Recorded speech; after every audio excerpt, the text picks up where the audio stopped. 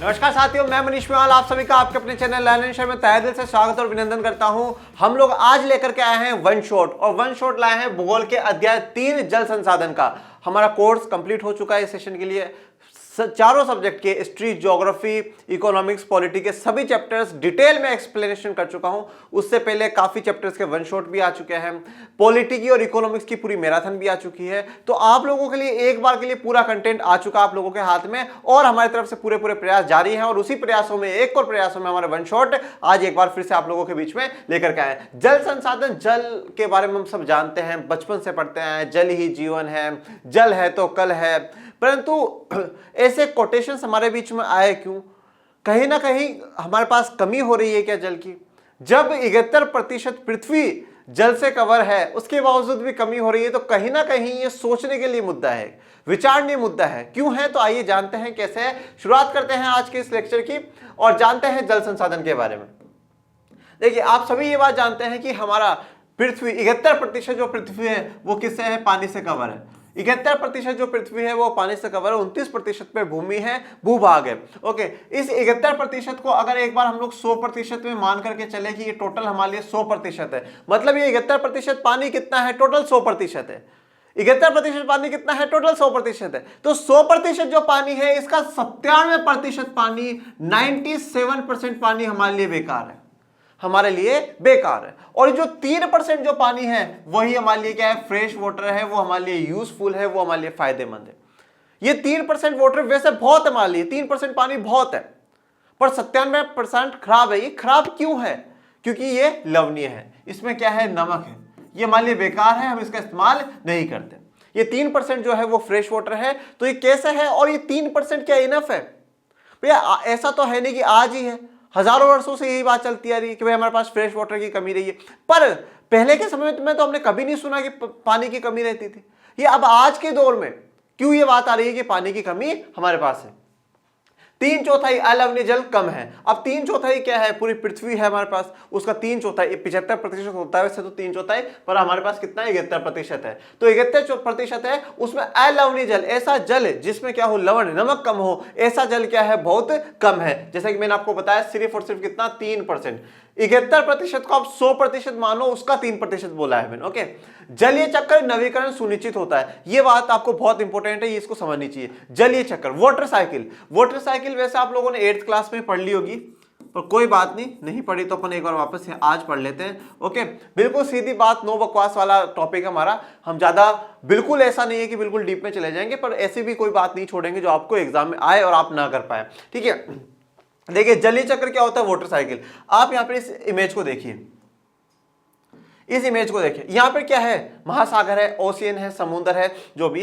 अब उस पे क्या होता है? सूरज की रोशनी पड़ती है। जब उस पे सूरज की रोशनी पड़ती है तो इसमें से भाप निकल करके जाती है। ये बात आपने बेसिक बचपन से पढ़ते हुए आ रहे हो ना, ये बात कि भैया पानी पे जब सूरज की रोशनी पड़ती है तो वो गर्म होता है, गर्म होता है तो वो भाप निकलती है। और चलो यहां पर भी नहीं समझ में आ रहा, घर पर आप लोगों ने गैस पे किसी पे भी पानी तो गर्म कर रखा होगा, और जब पानी गर्म करा होगा तो देखा होगा भाप निकलती है, ऐसे भाप निकल करके जाती है। तो वो भाप निकल के जाती है, जब यहां पे भी सूरज की रोशनी पड़ती है, पानी गर्म होता है तो भाप निकलती है। ये भाप, यहां से भाप निकली, अब भाप निकल करके क्या है? वो ऊपर जाएगी। ऊपर जाएगी तो किस में चेंज हो जाएगी? क्लाउड में, या जिसे हम लोग क्या कहते हैं? बादल। वो क्या है? बादलों में परिवर्तित हो जाएगी। और बादलों में फिर एक ऐसा समय आता है जब क्या है? वो बिल्कुल इस लेवल पे हो जाती है कि उसे बरसना पड़ता है। फिर वो क्या है? बारिश की फॉर्म में अलग अलग जगह पे बरसती है, और जहां पे बिल्कुल 0 से नीचे का तापमान होता है वहां पे बर्फ की फॉर्म में बरसती है, जैसे कि हमारे हिमालय की तरफ। तो अब वहां पे बरसेगी, अलग अलग जगह बरसेगी, और फिर वो किसी नदी में, किसी नाले में मिलकर के फिर फाइनली वापस उसी समुद्र में, उसी सागर में आ जाती है।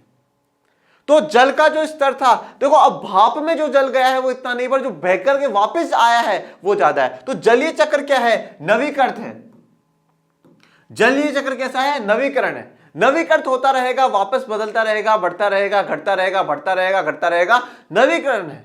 पर इसका मतलब ये नहीं है कि हम उसका पूरी तरीके से उसको खत्म कर दें। नवीकरण है, जलीय चक्र जो है वो नवीकरण है, वो चलता रहेगा। ये प्रोसेस हमेशा होता है, कोई नया नहीं है, परंतु जो हमारी जरूरतें हैं वो बढ़ती जा रही है, और संसाधन तो वैसे हमारे पास सीमित ही है। अब आते हैं जल दुर्लभता और जल संरक्षण एवं प्रबंधन की आवश्यकता।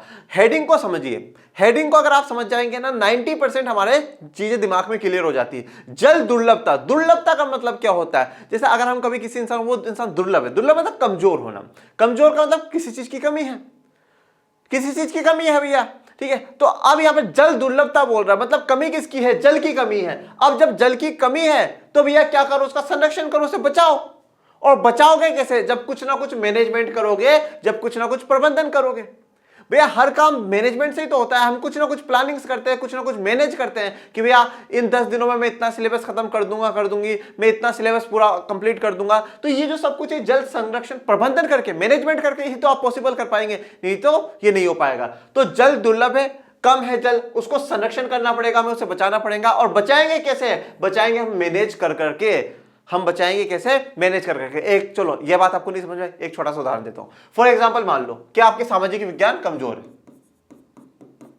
मान लो कि आपकी सामाजिक विज्ञान क्या है? कमजोर है। जब सामाजिक विज्ञान कमजोर है तो उसे मजबूत बनाना पड़ेगा, और मजबूत बनाने के लिए क्या है? आपको मैनेजमेंट करना पड़ेगा कि भैया मैं सारे सब्जेक्ट 1-1 घंटे पढ़ता हूं तो मैं सामाजिक विज्ञान 2 घंटे पढ़ूं। मेरी गणित कमजोर है तो मैं गणित को ज्यादा टाइम दूं। मैनेज करके हर चीज होती है, तो मैं प्रबंधन करना पड़ेगा। जल संसाधनों की उपलब्धता में समय और स्थान के अनुसार विभिन्नता है। देखो अब क्या है, जल संसाधन कहीं पे बहुत ज्यादा है, कहीं पे बहुत कम है। हमने देखा था संसाधन विकास वाले में कहीं पे प्रचुर मात्रा में है, कहीं बिल्कुल कम है। तो जल संसाधन क्या है? अब बारिश क्या है? अलग अलग जगह पे अलग अलग हिसाब से होती है, समय के हिसाब से होती है, स्थान के हिसाब से होती है। तो इस हिसाब से क्या है, विभिन्नता हमें देखने को मिलती है। पर सवाल मेरा इतना सा है कि जो 3% जल हमारे पास है, 71% को कुल 100 की मात्रा में मानकर के जब हम चर्चा करते हैं, तो 3% जो जल हमारे पास है, क्या वो कम है? क्या वो कम नहीं है? पर हमारी कुछ ऐसी मानवीय गतिविधियां हैं जिनके कारण क्या है, वो कम लग रहा है, वो बहुत है। जैसे कि महात्मा गांधी का मैं फिर से जिक्र करूंगा कि संसार में सभी संसाधन लोगों की जरूरतों को पूरा करने के लिए काफी है, पर लालच को पूरा करने के लिए नहीं है। लालच को कोई चीज पूरा नहीं कर सकती। लालच हमेशा ही हमेशा रहता है, लालच बढ़ता ही जाता है। और मुझे ये चाहिए, मुझे ये चाहिए, मुझे वो चाहिए, तो लालच बढ़ता जाता है। तो देखते हैं कारण, देखते हैं कि जल दुर्लभता है किन किन कारण। सबसे पहला हमारा अति शोषण। हम अति शोषण करते हैं, हमें जहां पे थोड़े से पानी की जरूरत होती है फालतू का वेस्टेज करते हैं, शोषण कर रहे हैं ना हम लोग, एक्सप्लॉयटेशन कर रहे हैं। जहां पे हम लोग सुबह टूथपेस्ट करते हैं, वो वाटर टेप को चला करके छोड़ देते हैं, चलता जाता वो पानी वेस्ट होता है। हम वॉशरूम में बैठते हैं तो बैठे बैठे वो पानी को चलने देते हैं, वो वेस्ट होता है। हम नहाने के लिए जाते हैं तो पानी ऐसे डालते जाएंगे, शावर चलता रहेगा, नो वरी व्हाटएवर। तो ये क्या है? पानी का वेस्टेज ही तो है ना। तो हम अति शोषण कर रहे हैं, जो कि गलत बात है। अत्यधिक प्रयोग, अत्यधिक प्रयोग, देखो प्रयोग करना बहुत जरूरी है, प्रयोग करना। अब आप कहोगे सर ऐसे थोड़ी प्रयोग करना बंद कर, किसने कहा प्रयोग करना बंद करो? करो, यूज करो। पर संसाधन के हमेशा, जब भी आप कोई भी चीज पढ़ रहे हैं, संसाधन की जब हम लोग बात कर रहे हैं, तो एक चीज को हमेशा दिमाग में रखिए, सतत पोषणीय विकास। सतत पोषणीय विकास मैंने पहले चैप्टर में आप लोगों को पढ़ा दिया था, उसका वन शॉट भी दे दिया, मैराथन तो नहीं ली थी उसकी, तो ज्योग्राफी की। तो सतत पोषणीय विकास, यही ध्यान रखना है कि हम इतना इस्तेमाल करें कि हमारी आज की जरूरतें, हमारी आवश्यकताएं पूरी हो। मैंने आपको पहले चैप्टर में समझाया, नीड्स, जरूरतें पूरी हो सकती है, वांट्स, इच्छाएं नहीं। इच्छाएं तो अथाह है, आदि न अनादि, खत्म ना तो शुरुआत है ना खत्म है उनका। तो प्रयोग करना है हमें, पर अत्यधिक नहीं कि वेस्ट कर दे, हम उसको खराब कर दे, ये चीज कभी नहीं होनी चाहिए। असमान वितरण, तीसरी प्रॉब्लम ये भी है, असमान वितरण है। अब हमारे समुदाय में, हमारे समाजों में क्या है कि किसी के पास तो संसाधन बहुत ज्यादा है, जिनके पास बहुत है वो तो वेस्ट कर रहे हैं, वो तो ये दोनों काम कर रहे हैं, अति शोषण कर रहे हैं, अत्यधिक प्रयोग कर रहे हैं, और किसी के पास है ही नहीं। किन्हीं राज्यों में बहुत जल है, किन्हीं में है ही नहीं। तो असमान वितरण भी एक कारण इसका बनता है। बढ़ती जनसंख्या, मुख्य कारणों में से एक बढ़ती जनसंख्या। अब देखो जनसंख्या बढ़ रही है, जनसंख्या बढ़ रही है तो क्या होगा, हमें खाने पीने के सामान के लिए भी चाहिए होगा, खाने पीने के सामान के लिए हमें पानी चाहिए, हमें उद्योगों के लिए पानी चाहिए, क्योंकि सभी चीजों की आवश्यकता है। जिस प्रकार से जनसंख्या बढ़ती जाएगी, हमारी आवश्यकताएं हैं, शब्द पे ध्यान दीजिएगा, मैंने आवश्यकता ही बोला है अभी भी, जो हमारी जरूरतें हैं, हमारी आवश्यकताएं हैं, वो बढ़ती जाएंगी। और जब वो बढ़ती जाएंगी तो हमें और जल की जरूरत चाहिए। तो भाई संसाधन तो सीमित है ना, कहां से आएगा इतना पानी? तो बढ़ती जनसंख्या, तो जनसंख्या को भी कंट्रोल करना जरूरी है। सिंचित क्षेत्र, अब क्या हो रहा है, कोई ऐसी फसल जो कि सूखे इलाकों में नहीं लग सकती थी, ओके, आप मानिए कोई ऐसी फसल जो सूखे इलाकों में नहीं लग सकती थी, उसको सिंचित कर करके अब सिंचित का मतलब क्या है? इरिगेशन इंग्लिश में। और इरिगेशन का मतलब क्या होता है? जो खेत होते हैं, जो फील्ड्स होते हैं, उन तक पानी को पहुंचाना, उसे क्या कहते हैं? सिंचित कहते हैं, सिंचाई कहते हैं। तो अब उनके लिए बहुत पानी पहुंचाया जा रहा है। अब बहुत पानी पहुंचाया, कहां से ला रहे हो पानी? भूमिगत पानी, भौम जल स्तर जो है, जमीन में कुएं खोद रहे हो, बोरिंग खोद रहे हो, वहां से पानी निकाल रहे हो, तो वो पानी भी एक दिन समय के साथ क्या हो जाएगा? खत्म हो जाएगा। तो सिंचित क्षेत्र भी हमने बढ़ा दिए, जिससे कारण क्या है? पानी कम होता जा रहा है।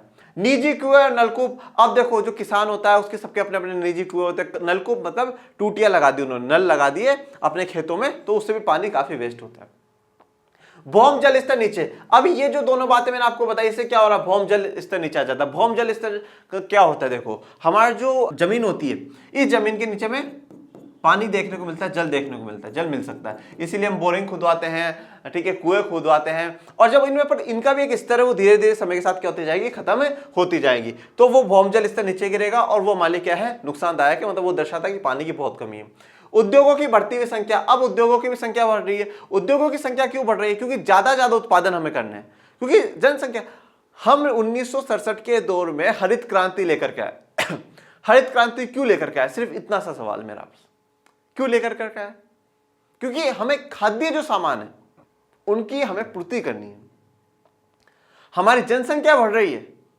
आजादी के समय हम लोग 35 से 40 करोड़ के करीबन हमारी आजादी थी, और आज हमने एक प्लस कर दिया है, हम 130-135 के करीबन पहुंच रहे हैं। ये तो दुर्भाग्य है भारत का कि कोरोना आ गया, नहीं तो 2020 की सेंसस नहीं हुई। 21 की अगर वो सेंसस होती, जनसंगणना होती, तो हम 130-35 के राउंड होते। तो जनसंख्या बढ़ रही है, और जनसंख्या जब बढ़ रही है तो उद्योगों की उत्पादन की मांग बढ़ेगी, और उत्पादन कहां से होगा? उद्योगों में तो होगा। तो उद्योगों की भी बढ़ती हुई संख्या, अब उद्योगों की जो संख्या बढ़ रही है, अब उद्योगों से हमने पढ़ा है कि अलग अलग प्रकार के प्रदूषण होते हैं, अलग अलग प्रकार के पॉल्यूशन जो होते हैं, वो हमारे लिए क्या है? दुखदाई है। वो दुखदाई है ना। अब क्या होता है? जो भी फैक्ट्री से वेस्ट निकला, हमने पानी में बहा दिया। हमने तापीय प्रदूषण पढ़ा था कि वह गर्म पानी बिना ठंडा करे उसमें डाल दिया जाता है। तो इन सब से क्या हो रहा है? जल खराब हो रहा है, वो और भी प्रदूषित हो रहा है, और भी ज्यादा प्रदूषित हो रहा है। आप देखिए जो नदियां हैं वो बिल्कुल प्रदूषित हो चुकी है इन उद्योगों के चक्कर में। तो ये कारण जो है, यही कारण है उद्योगों की बढ़ती संख्या। और उद्योग क्यों बढ़ रहे हैं? क्योंकि हमारी जरूरतें हैं, हमारी आवश्यकता है, वो बढ़ती जा रही है। ये देखिए बिल्कुल सूखा इलाका, और वहां पे आंटी क्या है? पानी लेकर कर आ रही है। भारत में कुल विद्युत का लगभग 22% भाग जल विद्युत से प्राप्त होता है। अब ये बात यहां पे क्यों करिए? देखो, अभी हमने बात करी थी उद्योगों की। किसकी बात करी? उद्योग की अभी हम लोगों ने बात करी। जब उद्योग की बात करी तो देखो, उद्योगों को वैसे भी पानी चाहिए, ठीक है। पानी तो हर जगह चाहिए, आपको पानी हर जगह चाहिए। घरेलू जरूरतों में भी हमें पानी चाहिए, हम लोगों को जो घरेलू जरूरतों में हमें पानी चाहिए, हमें फैक्ट्री चलानी उसमें पानी चाहिए, किसान को पानी चाहिए, हर काम में हमें पानी चाहिए। तो उद्योगों को भी पानी चाहिए, पानी चाहिए। दूसरी बात, उद्योगों को बहुत ज्यादा ऊर्जा, एनर्जी बहुत ज्यादा चाहिए, और ऊर्जा का जो हम उत्पादन कर रहे हैं वो भी हम जल से कर रहे हैं, विद्युत जल से कर रहे हैं। तो जो टोटल विद्युत है, कुल जो इलेक्ट्रिसिटी या टोटल इलेक्ट्रिसिटी हमारे पास आ रही है, उसका 22% भाग हम किससे? जल विद्युत से कर रहे हैं। 22% भाग हम जल विद्युत से कर रहे हैं। तो यहां पर और एक बात हमें समझ में आती है कि कितनी इंपॉर्टेंस हमारे लिए है पानी की, जल की। शहरीकरण, अब दूसरी तरफ और क्या हो रहा है? शहरीकरण हो रहा है। शहरीकरण क्या है कि भैया बड़ी बड़े बंगले, बड़े बड़े लोग, बड़े बड़े सिटियां बन जाना, ये शहरीकरण है। अब शहरीकरण में क्या है कि भाई ज्यादा जनसंख्या जो है ना वहां पे अब देखो जनसंख्या बढ़ रही है। जब जनसंख्या बढ़ रही है तो अब क्या है? बड़े बड़े शहर बन रहे हैं। अब शहर बन रहे हैं तो शहरों में देखो लोगों को फैसिलिटीज बहुत चाहिए। हमारे घर पे पानी आना चाहिए, उद्योग होना चाहिए, वहां पे हम लोग काम कर सके, हमारे पास हर फैसिलिटी होनी चाहिए। तो भाई जहां जहां फैसिलिटीज है वहां पे आपको पानी की जरूरत है, आवश्यकता होगी, जरूरत होगी ही होगी, उसमें कोई डाउट नहीं है। शहरीकरण होना भी एक कारण है इसका।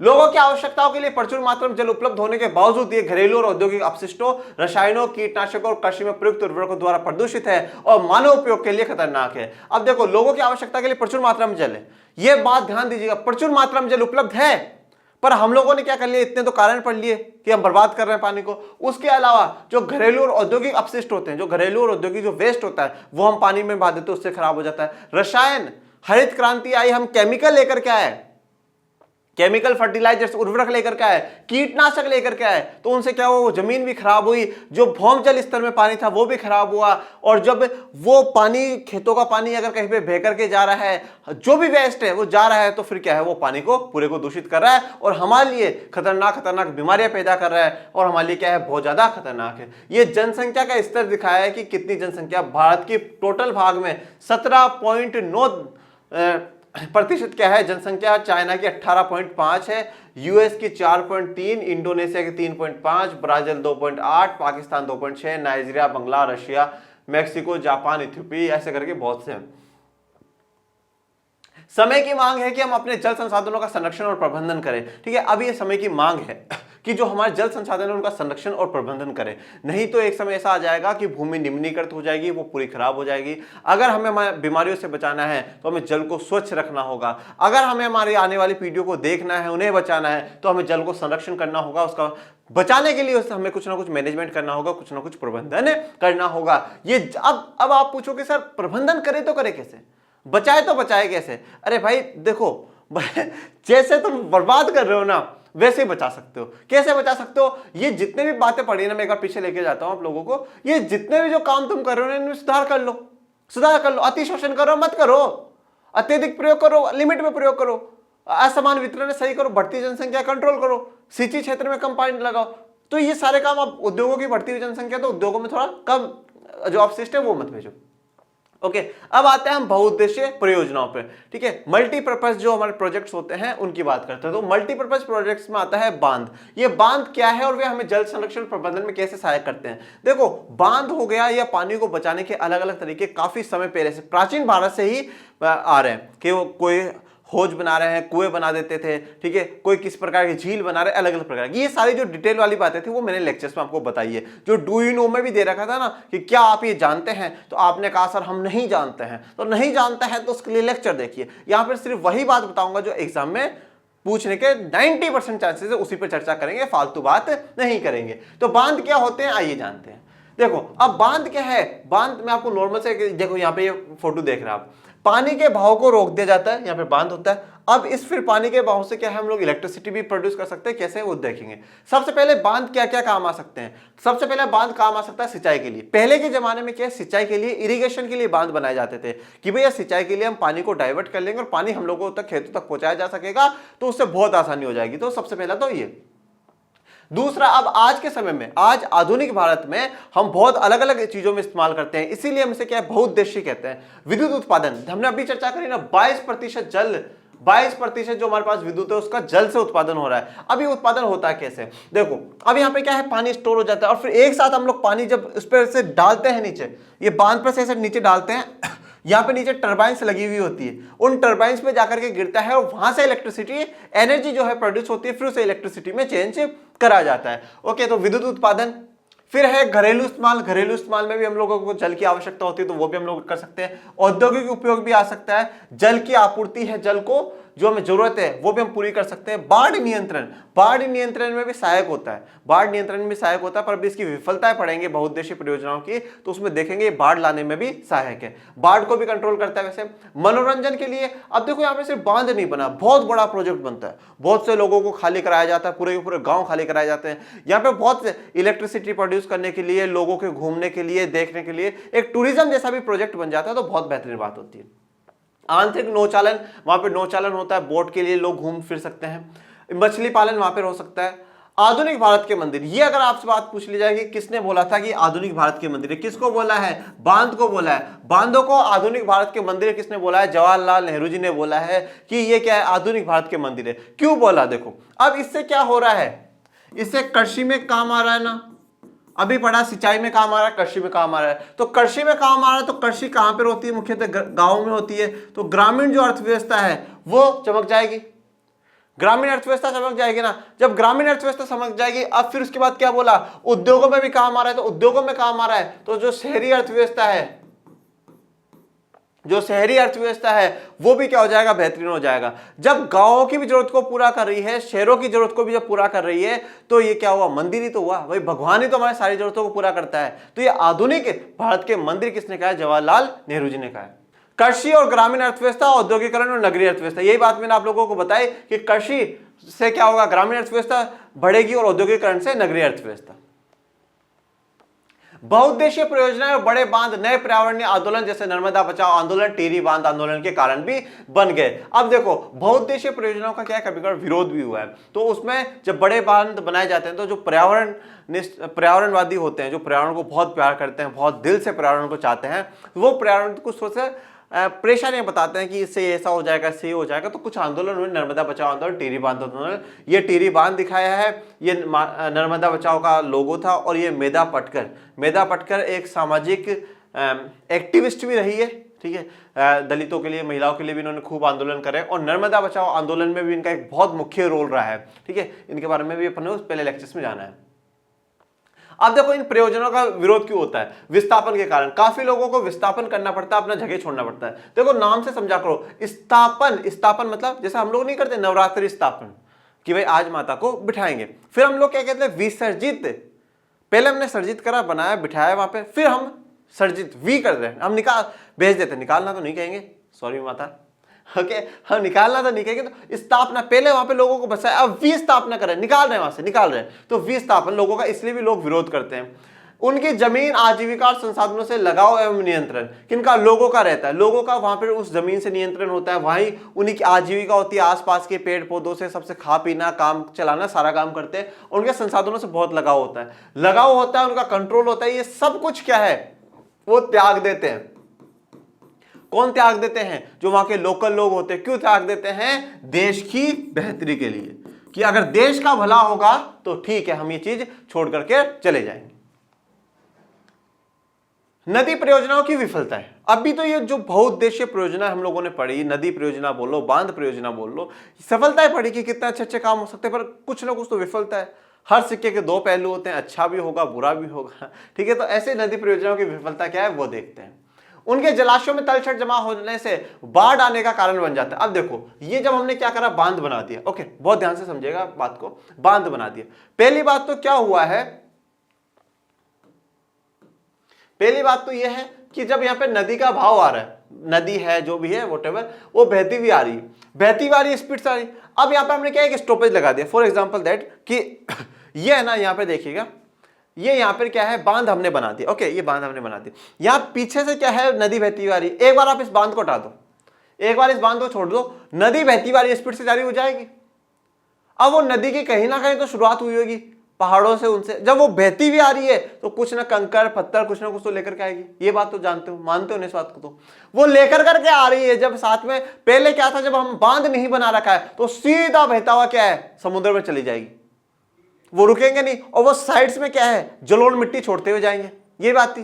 बट अब हुआ क्या, मामला वैसा हो गया कि वो बहती हुई आ रही है, जो कंक्रीट जो पत्थर थे सब कुछ थे, वो यहां पर ऐसे इकट्ठा होता शुरू हो जाएगा। यहां पे इकट्ठा, पहले थोड़े से, फिर थोड़े से, फिर थोड़े से, फिर थोड़े से, फिर थोड़े ऊपर ऊपर ऊपर ऊपर ऊपर ऊपर ऊपर ऐसे होते जाएंगे।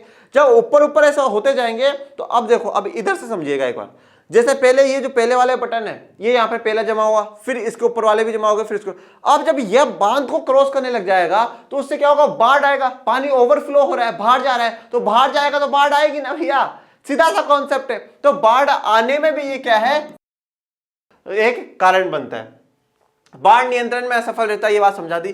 बांध के जलाशय में तलछट जमा होता है, जो तलछट जमा होता है उससे काफी बीमारियां भी पैदा हो सकती है, ठीक है, और बाढ़ तो आ ही सकती है। जल जनित बीमारियां, फसलों के कीटाणु जनित बीमारियां, प्रदूषण भी फैलता है। अब आते हैं वर्षा जल संग्रहण पे, कि वर्षा जल संग्रहण करना चाहिए, हमें पानी को बचाना चाहिए।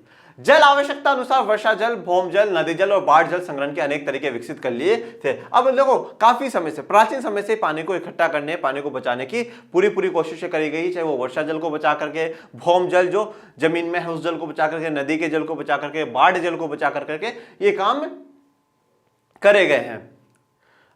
गुल अथवा कुल, देखो अलग अलग जगहों में अलग अलग नामों से, जो हिमालय वाले क्षेत्र है वहां पे गुल अथवा कुल बोला जाता है, जैसे ये देखो, और सब में देखो एक ही मतलब है कि खड्डा सा खोद दिया जाएगा और उस खड्डे में वो पानी इकट्ठा हो जाएगा, ठीक है, गुल और कुल। छत वर्षा जल संग्रहण ये तो नॉर्मल है, हम सभी जानती हैं। गड्ढे बनाए जाते हैं, खादीन और अन्य क्षेत्रों में जोड़, जो पश्चिमी राजस्थान है, उधर थोड़ा सा जोड़ और बाकी जगह खादिन बोला जाता है, मतलब मोस्ट प्रोबेबली राजस्थान के। टैंक अथवा टांका, तो ये देखो टैंक अथवा टांका, टैंक तो हम हमारे घरों में भी बनवाते हैं इससे कि पानी को स्टोर कर सके, और ये टैंक है टांका, तो इसको यहाँ पे खोलेंगे तो उसमें पानी क्या स्टोर होता जाएगा, फिर जब हमें जरूरत पड़ेगी हम उसका इस्तेमाल कर सकते हैं। वर्षा जल अथवा पालर पानी, तो वर्षा का जल है उसको इकट्ठा कर रहे हैं, पालर पानी, पालर पानी मतलब जो वर्षा का जल है। अब देखिए यहाँ पे चित्र देखिए, ये जोहड़, यहाँ पे एक गड्ढा खोद दिया उसमें पानी इकट्ठा हो रहा है, यहाँ पर भी एक गड्ढा सा खुदा वहां पे पानी इकट्ठा होता जा रहा है, इन्हें क्या बोला जाता है, जोहड़ बोला जाता है। आप राजस्थान में अगर कभी आएंगे तो ये चीज आपको बहुत देखने को मिलेगी। अब तो बहुत से जोहड़ भी सूखते जा रहे हैं, ये स्थिति हो रही है। जब हम लोग गाँव की साइड में जाते हैं, हमारे ननियाल की तरफ जाते हैं ना, तो बेसिकली मैंने पर्सनली खुद ने देखा तो जोहड़ भी सूखते जा रहे हैं। कहते हैं कि ये जोहड़ था, ये जोहड़ होते थे, यहाँ पे पहले पानी भरा होता था, पर अब नहीं है, वहाँ पे सब कुछ सूख चुका है। ये देखो इन्होंने तो, आंटी अंकल ने तो बिल्कुल मौज कर दी है, तो पाइप से भी पानी एक एक बूंद बचा रहे हैं। संघर्ष, इनके संघर्ष को सच में सलाम है। अंकल ने ऑफिस से छुट्टी ली है, आंटी बिल्कुल घर के सारे काम काज छोड़ कर करके, ऑफिस के सारे काम छोड़ करके दोनों जने क्या पानी स्टोर कर रहे हैं, बहुत बढ़िया बात है। ये कुआं तो आप लोगों ने देखा होगा, नहीं भी देखा तो मैं ये नहीं कह सकता कि आपने देखा ही होगा, मैं उम्मीद नहीं कर सकता क्योंकि आजकल के समय में कुएं बहुत कम है, तो ये कुआं है। तो ये सारे तरीके हैं जिससे हम लोग पानी को बचा सकते हैं, और इसी के साथ जो हमारा वन शॉट है जल संसाधन का वो कंप्लीट होता है। इस जल संसाधन का जो वन शॉट है उसमें मैंने आपको direct point two the point बातें बताई हैं जो आपको एग्जाम्स में काम आ सकती है, एक रिवीजन की तरह होते हैं वन शॉट्स। ओके, अगर आप लोगों के पास टाइम नहीं है तो आप ये वन शॉट देख करके भी अपने अच्छे मार्क्स ला सकते हैं, और थोड़ा बहुत भी टाइम है, अगर आप थोड़ा डिटेल में समझना चाहते हैं किसी चीज़ों को, तो प्लीज़ लेक्चर्स को जरूर रिव्यू करिएगा। मेरे पूरे लेक्चर्स हैं, ज़्यादा नहीं है, चैप्टर के 3 ही लेक्चर्स हैं, उसमें मैंने डू यू नो के बारे में भी बता रखा है कि क्या आप जानते हैं, वो जो एक्स्ट्रा पॉइंट्स है ना, वो आपके चाहे एग्जाम में आए या नहीं आए, पर जब आप आंसर्स फ्रेम करेंगे ना, आंसर्स लिखेंगे, तो उसमें आप जब कुछ एक एक्स्ट्रा बात लिखेंगे ना, तो टीचर बहुत इंप्रेस्ड होगा। ओके, तो मिलते हैं नेक्स्ट वन शॉट के साथ। आपको कोई भी प्रॉब्लम नहीं है तो आप कमेंट बॉक्स में जरूर पूछिएगा, और ज्यादा अपने चैनल को लाइक करें, शेयर करें, सब्सक्राइब करें। मिलते हैं नेक्स्ट वीडियो में, तब तक के लिए थैंक यू सो मच। जय हिंद, जय भारत।